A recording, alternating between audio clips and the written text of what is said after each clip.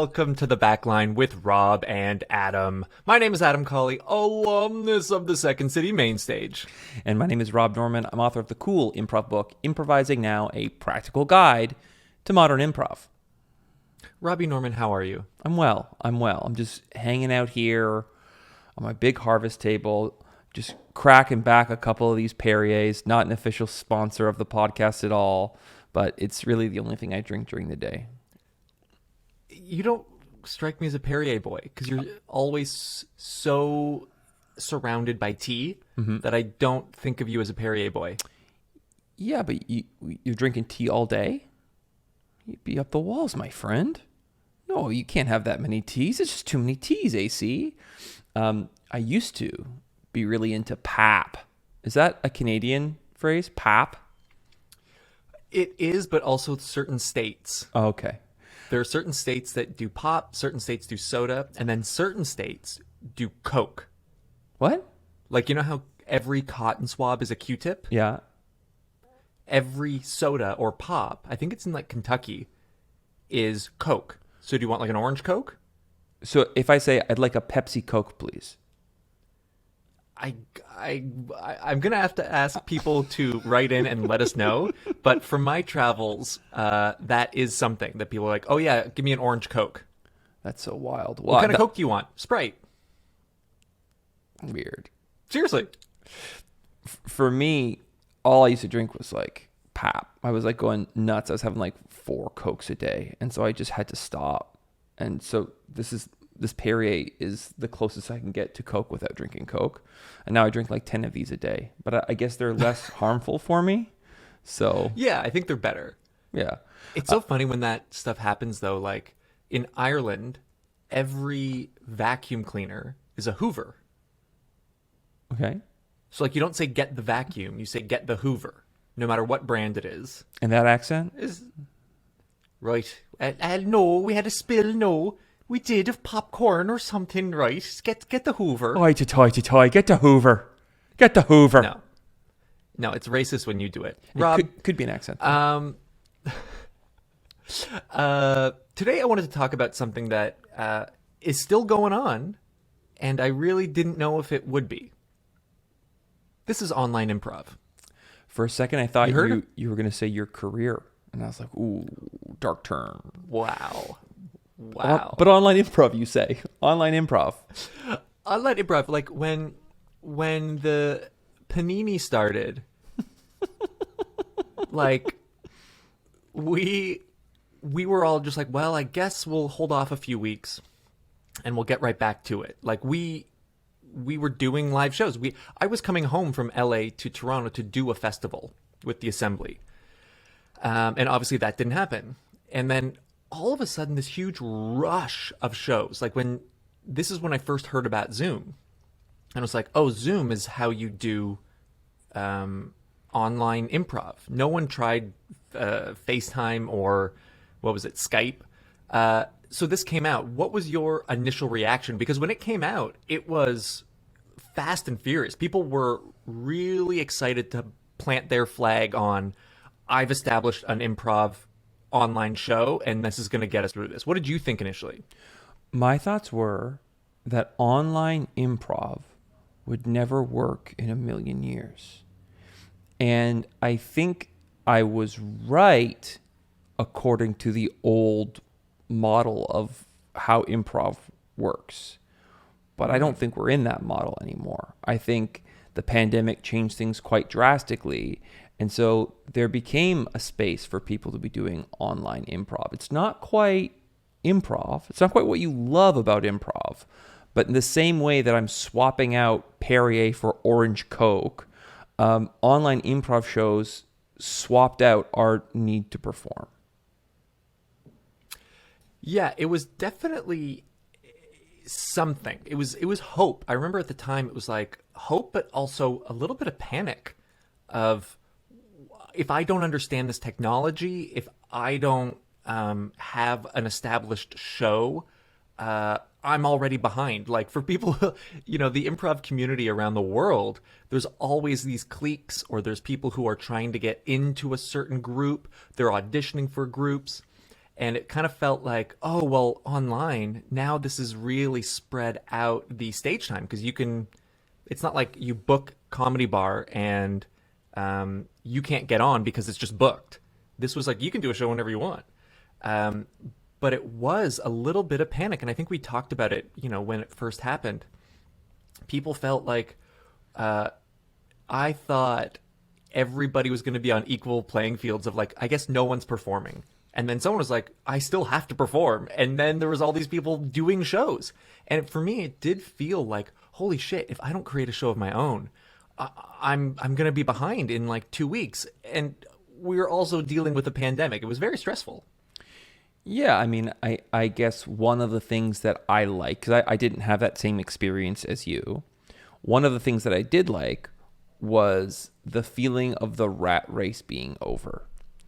It feels a lot like in the real world, the real improv world, that it is very competitive. At least it is in Toronto.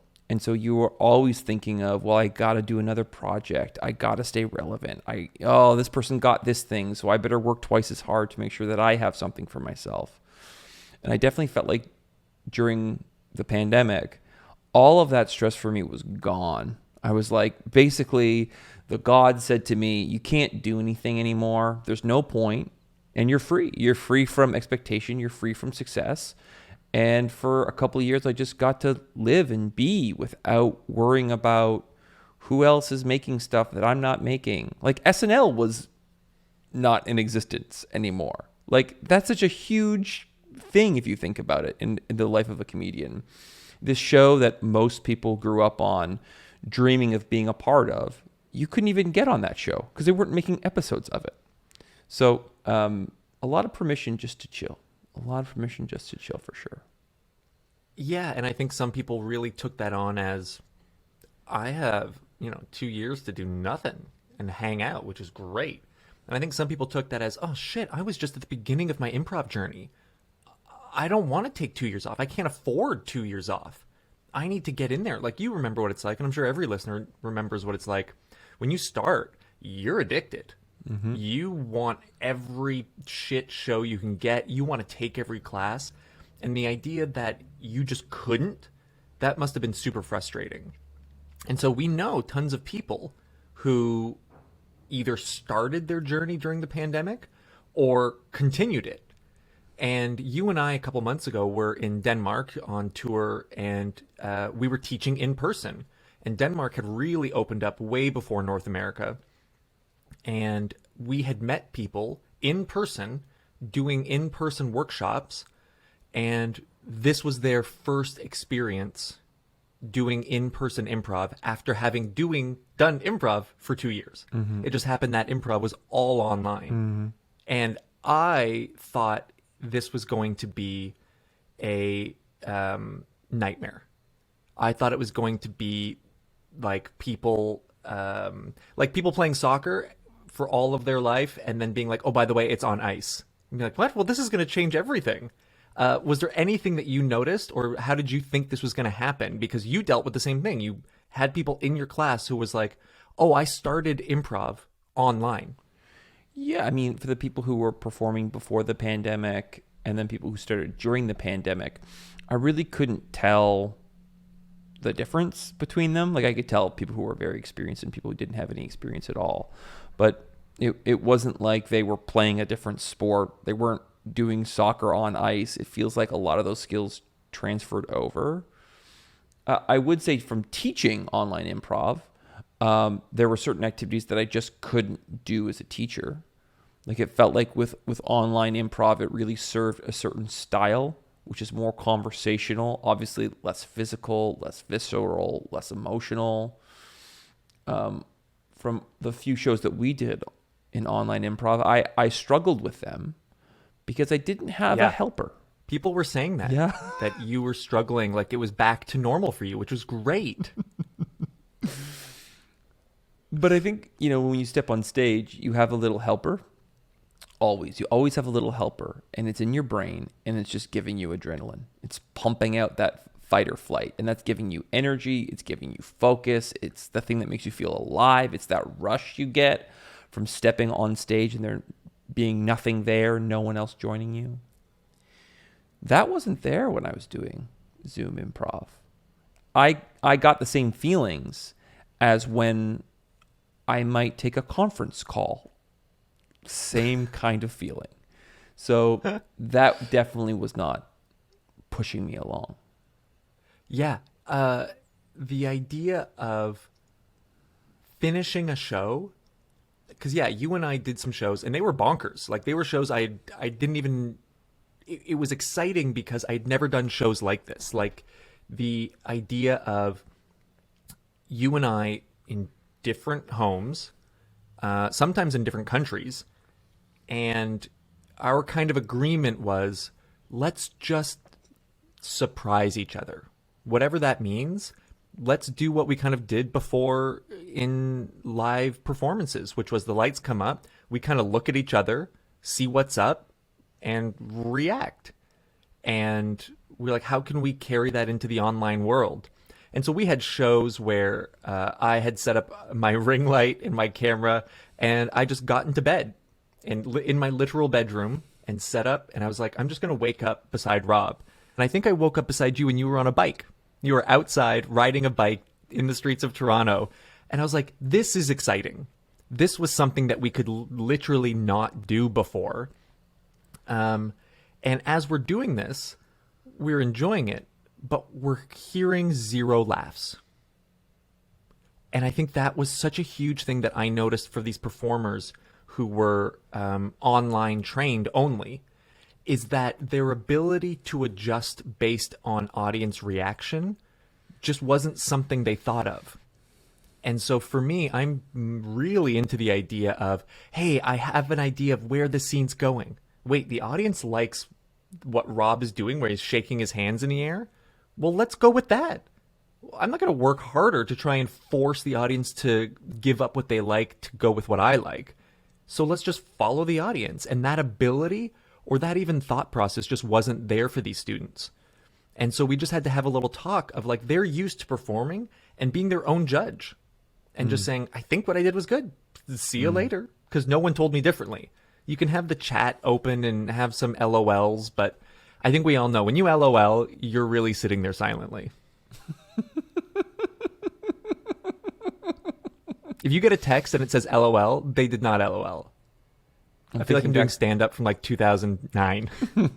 Thinking back to all of our conversations where you wrote LOL to me. Yeah, it's just easier. You need the support.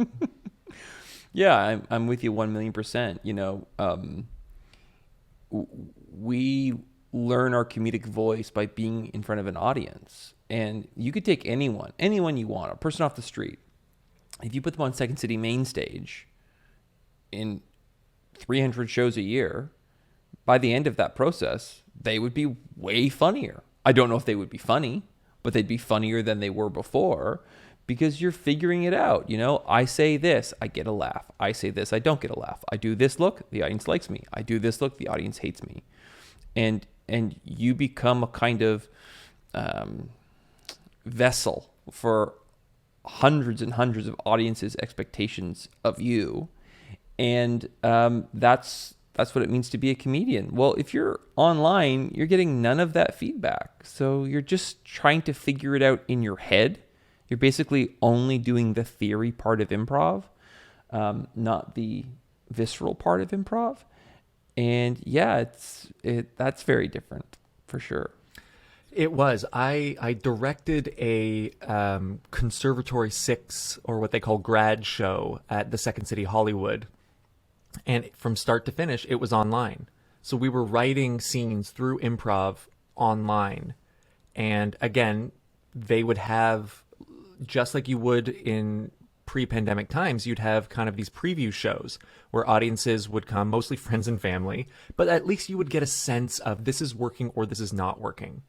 And what was interesting from a director's point of view is usually having been on main stage and having kind of fights with directors of, I think this scene should be in. And they say, it doesn't work. And you say, but it does. And your argument was always the audience, right? The audience responded. You heard it. There's no denying it. And I mean, a director might say it doesn't fit with the show, all this kind of stuff, fine. But in this realm, and I was the director, there was no leg to stand on. It was just me versus them. It was like, I don't think this works. And they're like, I think it does. I'm like, there's no audience. It's like, what are you going to go by? The chat? It was very difficult. And so we're putting up shows and we're having these unique arguments that I just did not anticipate.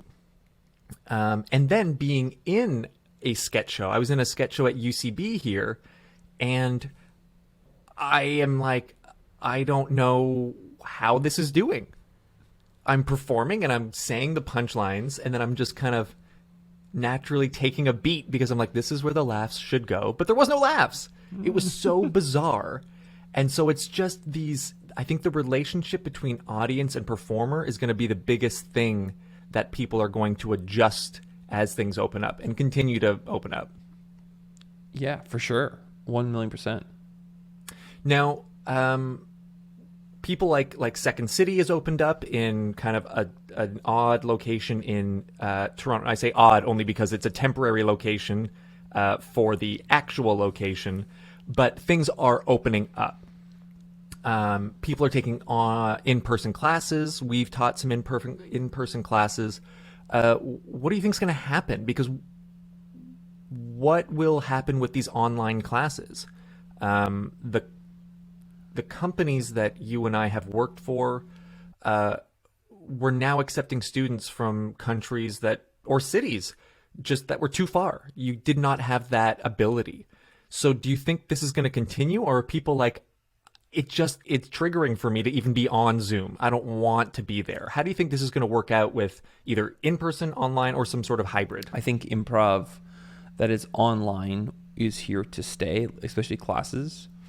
You know, one of the biggest obstacles with technology is getting your user base comfortable with the technology, comfortable with the culture.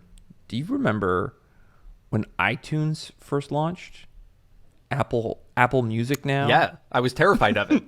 So, like, before that point, for the most part, people were just stealing songs off the internet, which is like Kazaa Lite or LimeWire. And so when iTunes launched, one of the first things they did is they partnered with Pepsi, and they put free songs under the bottle cap. Pepsi Coke. under a Pepsi Coke. And people would find these songs, and they would go and they would download their free songs. That was really smart of iTunes, because although they weren't making any money off these songs, it required people to set up accounts. It required people to click through and click on the purchase button. And even to this day, if you go to the App Store or you go to iTunes, you have to click on like the purchase button for things that are free, which seems to make no sense at all. If it's free, why do I have to click on a button? But they are training you to get used to it. They're warming you up to the idea of finding something that you actually do want. And it's really easy. Your credit card's already there. It's so easy just to buy it. Just go buy it. Enjoy yourself. Treat yourself. And so I feel like the biggest obstacle with online improv was getting people used to the idea of it. That a Zoom improv class could be fun. How would it work? What would it feel like? Most people already know that now. So why wouldn't you take a class at Second City, even if you lived in Idaho?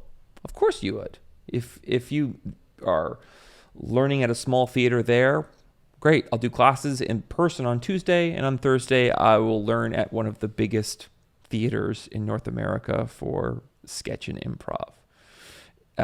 So it's not going away, I don't think. Is there, first of all, the visceral memory you just gave me of all of the contests when we were kids that revolved around opening up a 600 milliliter soda pop and digging with a butter knife, trying to get whatever it is, the what would you call that? The stopper behind Bottle cap, no? It was like a rubber insert at the top of a bottle cap top that would have a code, or you probably had a catalog that you have to like look at a catalog and put the code in. But so many contests and so many things, like you could win a free root beer. Like that was incredible. As a kid, winning free things as a kid was unbelievable because you had no money. So it was like this power and this like they really got you into gambling because you just kept buying more to see if you could win more, right? That is actually gambling. Right. It's the You buy it. variable reward syndrome. Yeah. Yeah, for sure. Anyway, 1 that was just a very fun memory of. I was a very big chips and pop boy. Oh, so many contests. Anyway, yeah, I agree that I think these classes are here to stay, right? Like, if you're in literally, we taught people all over Europe, Australia, taking classes at the second city because they couldn't do it otherwise. Why not? Are there skills that you think are either better online to learn or skills that you're like, this, do not take a class on this, or be aware that this is going to be a difficult class if you're taking it online? Yeah, I mean, I probably wouldn't teach anything that was about kind of give and take just because of lag computer times. So I'm teaching an Improv Express #2 right now. And one of the activities we do is...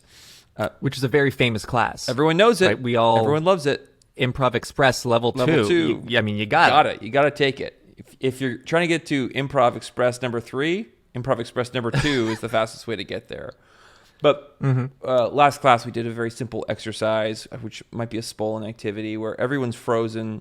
One person starts walking, and when they're ready to give focus, they stop walking, and someone else starts walking. So it's supposed to be a perfect, seamless handoff where you can't tell that you've transitioned from one person to another. And it's basically just supposed to teach you to get that feeling in your body that you're giving and taking information. And it feels maybe perhaps extrasensory at times when you're doing it correctly. You're not doing that on Zoom. You can't, you're not counting to 20 on Zoom. There's no point. What else? I mean, I'd say stuff like physicality is really hard. Finding your comedic voice is very challenging. Group scenes, you're probably not going to get better at on Zoom. I would say stuff like learning the theory of improv, the technical aspects of yes and, conversational style improv. I ran a monoscenes class, which worked out really well. 10-minute long scenes, those were fine. But talking and brain stuff, great for the computer. Everything else probably better in person. Brain stuff. Yeah, I mean, writing classes have been great. I've taken writing classes during the pandemic. Awesome, yeah. Right? Really, really helpful. Very easy to transfer those skills. Some of the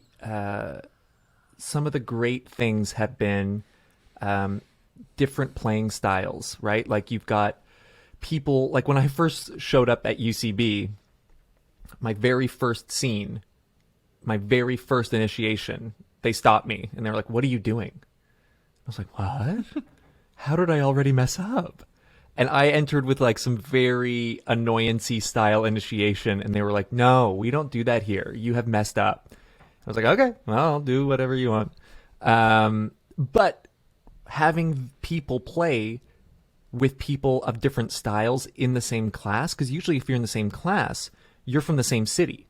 And usually that means that you have a similar style at least, or similar framework for how improv works. Mm-hmm. And so to have someone who is from Toronto in the same class with someone who is from Lithuania and having them play together, that has been a huge benefit. Because you start to ask questions of like, "Oh, you know what I thought was happening in that scene? Oh, you know what I thought was happening?" And you have this discussion. You're like, "Oh, I didn't even think of that. What an interesting way to look at scenes." Mm-hmm. So I thought that was really cool. In terms of the shows, I don't know. The shows for me, I think I'm still missing that laughter. And I know there are some shows that kind of allow people to keep their mics on, but that's a little disruptive. But I think that for an audience and for the performers, the laughter is the thing that's going to really be that X factor of why I'm just not loving it as much. But is there a way forward that you can see with digital shows that excites you? Well, I think the economics of Zoom shows are super interesting to me. You know, one of the challenges that we have as theater owners or artistic directors is, well, I want to give my students their reps. I want to give them as many chances to perform as possible. But student shows aren't great for your brand, because if someone walks in off the street and they see a student show, they may think that this is the work that you actually do. The same, it's like coming to see a Friday or a Saturday night show. Also, how do those shows make money? Are you going to gouge your students more to perform, like a pay-to-play model? Are you going to try and gouge their family and friends when they're coming in? Probably not. Probably you want to make that show free or as close to free as possible. So then all of a sudden, all of your student shows start losing money, and they have to be built into the cost of the class. Again, not great. Well, maybe a Zoom show is a great option to show people what you're doing, to give people an example of kind of what it feels like to perform. And then later in the level, or maybe at the end of a program, they can have a graduation show in front of everyone. But maybe a Zoom show is a great stopgap. Stuff like auditions. I mean, I would love it if we moved our improv auditions to Zoom. Could you imagine, like, just auditioning for like TV and film and commercials during the pandemic? I was like, this is so much better. So like, I'm making an omelet, my audition's in 5 minutes. I like comb my hair once. I sit down in front of my computer. I do my lines. The casting director, as always, doesn't look up from their piece of paper and say, thank you for coming in. And then I can go back to making an omelet, as opposed to the hour-long transit to get to a casting house somewhere and having the exact same process. So I think that could be a great option. Again, auditions don't make money, and they shouldn't. So maybe Zoom is another great example of that. Jam shows too. I think that would be great if we move some of our jam shows or free-form shows online. All things that we could think about that might be helpful to have a free venue that anyone can show up to. Yeah, it feels like it's only going to allow more people to perform, right? This hybrid model just means more people are getting reps in, more people are meeting people and making connections around the world. So when they're traveling, they can pop in and be like, hey, I'm in this city. Any improvisers here? And it's like, yeah, we've done shows together.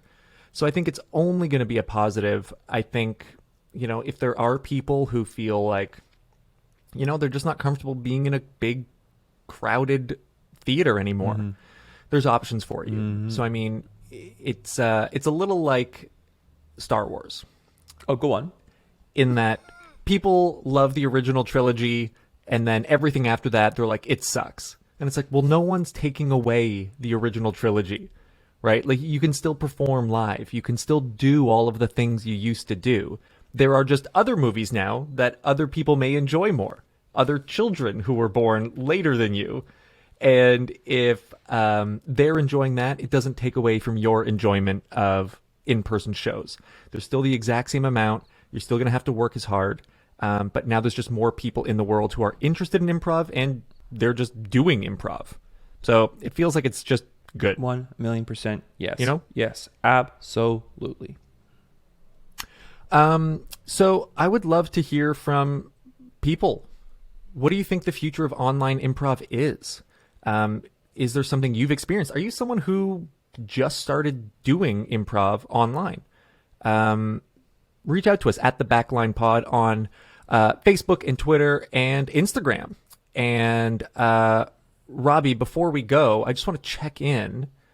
Is there anything inspiring you on stage, off stage? Anything else you'd like to add? Well, I don't know if you know this, but during the pandemic, some people worked on their careers. They became better actors. Some people became better writers. I became much more knowledgeable about myths. My mythology game is better than it's ever been. Whoa. And I've kind of been cycling through all the major ones, and I have arrived to something that might interest you, which is the great myths of Ireland. I'm having a wonderful time learning the origins of your people, Adam, the druids and the bards and the Gaeas, the Hound of Cuchulainn, all that stuff. It is a blast. Don't get me started on the Hound of Cuchulainn. You don't even know, do you? No, it was Cuchulainn's hound and the adventures of them. No? Maybe it's phrased differently.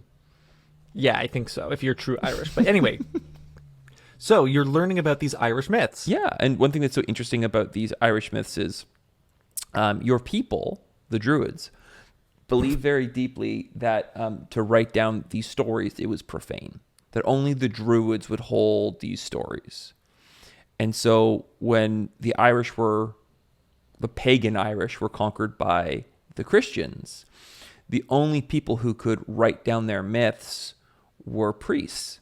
And the priests were not going to write down stories where it's like, oh, Lu the sun god or whatever is the god of the sun, because that would be blasphemy. So all of the Irish gods all got demoted to either saints or just regular heroes. And so it's been real tricky for a lot of people who study this kind of work to kind of reverse engineer these myths out of the Christian stories that they were embedded in, to try and figure out what the ancient Druids were actually worshiping and who were their main gods. So that's been a kind of fun little puzzle for me over the pandemic. Just for me, probably no one else. It's so funny because I wonder, this whole idea of not writing them down, it's a very Irish thing to be known as a chatty, good conversationalist and storyteller. And a lot of that is just, stereotypes. But it's like, I spend a lot of time in Ireland, and it's true. Like, it's hard to keep up, right? As even as improvisers, comedians, the Irish are very funny and very quick-witted. And it's just a fun feeling to be like, oh yeah, this kind of social construct that is created, it's actually in our blood. Like, it's been going on for generations and generations to this weird law that we created, and that's just made us all better at the bar. Well, you know what a bard is? Have you ever heard of a bard before? I had, but I don't know what that is. So it's a class from Dungeons and Dragons, but a bard is basically like a traveling storyteller or traveling musician, and that all comes from Ireland. Bards were a different version, a lower class of druids, and they ultimately became what druids ended up becoming. So druids went from, oh, I'm a priest, to kind of a traveling entertainer telling stories. And that totally makes sense why the Irish might have the gift of the gab, because they have a long history of it religiously. And you know how you're supposed to acquire, as an outsider, the gift of the gab? No. Do you know? Oh, by kissing the Blarney Stone. Huh. Do you know about the Blarney Stone? No. Oh, anyway, it's Blarney Castle, and it's just outside of Cork, where my dad's from. And you go into the top of the castle, and you would lay down on the ground and bend backwards, and there's like a hole at the top of the castle, and you bend backwards and hold on to these two railings, and two old Irishmen hold your thighs. And you bend backwards and you kiss this stone. And the idea is that once you kiss it, you get this gift of the gab. Oh. But then later on, researchers were like, I think the Blarney Stone was the toilet. And I think this all started as a big fuck you to tourists, being like, hey, come kiss the Blarney Stone. Whoa. No, kiss it. No, it's good. You got to do it. Whoa. And there used to just not be, like, when I was a kid, I remember kissing it. I don't know how old I was, but it was terrifying because there was no, like, safety net. Like, if you fell out of the castle and died. What? And people did die. Yeah. You have to look it up. Like, I wish I could describe it a little better, but it's like a sidewalk with one of the pieces of concrete just gone. And you lay down on the ground and put half of your body into this hole, and it's in the hole, and you kiss it. And other men are holding your thighs, and you're holding onto these 2 steel bars. And then eventually they put a steel grate beneath it. So if you fell, you'd hit this grate. But for years, like for decades, there was no grate. Crazy. Huh. Anyway, you'll have a good time looking it up. That sounds really, really fun. What are you up to, Adam? What are you thinking about? For me, this is old, but I just started getting into it. So I don't know if you've seen it or even care, but the Beatles documentary. I haven't seen it. So it's called Get Back, and directed and like produced by Peter Jackson. Yeah. But it's like 6 or 9 hours, and it's just all of this amazing footage of them. They have a deadline to put up this concert of new material, and they show up and they have like 2.5 weeks, and they're like, we don't have anything. We haven't performed live in years, so we're going to get together and do this thing. And watching them improvise is unbelievable. They just start, like, Paul will just grab a guitar and just start playing around, then be like, I don't know, and then someone will be like, yes, right, yeah. And they'll just start jamming and making up bullshit, but, like, they're all really funny. And they're all, like, fucking around while creating music, and they're being really dumb with each other. And then, like, slowly something starts to come together. Someone just makes a bold choice, and then other people support it. And it's so much like the Second City process of creating a review of just 6 people being like, I had this idea of kind of like this lyric or this chorus or this note, and just together, can we figure this out? I don't know. Let's play around. Let's try it. Let's get some feedback. And by the end of it, it's unbelievable the hits they created just by fucking around. It's an unbelievable watch, I think, for improvisers especially. Just fucking around is such an interesting way to phrase things. It is the basis of the creative process. The idea that you are messing around. There's no wrong answers. But in our society, for some reason, we were really negative about that kind of work. I think most people would not call it work, but it actually is. It is work. It just doesn't look like what most people would consider work, which is show up, follow the rules, input the data into the spreadsheet. You don't like it, but just get it done. And to be a creative person, to be an artist, requires you to not do any of those things. It must be so frustrating for people who don't have an outlet like improv, to see people make music or to see people improvise or make comedy, and you're looking at them being like, you guys are so fucking lazy. You're just sitting around all day making jokes at each other, and then the show happens. Wow, must be an easy life for you. Little do they know. Little do they know the bill that comes with those lifestyle choices. And we're constantly like, anyone want to split this bill? Anyone? I can't afford this. I'm an improviser. Yeah, but it's so funny. But just before we go, like when you think of those tech companies that are like, they're trying to infuse that vibe into like Facebook. It's like, hey, go sit in a beanbag chair and play with a Rubik's Cube for a while. I don't know if you can force, like, hey, take 15 minutes and go be creative by playing ping pong with your pal.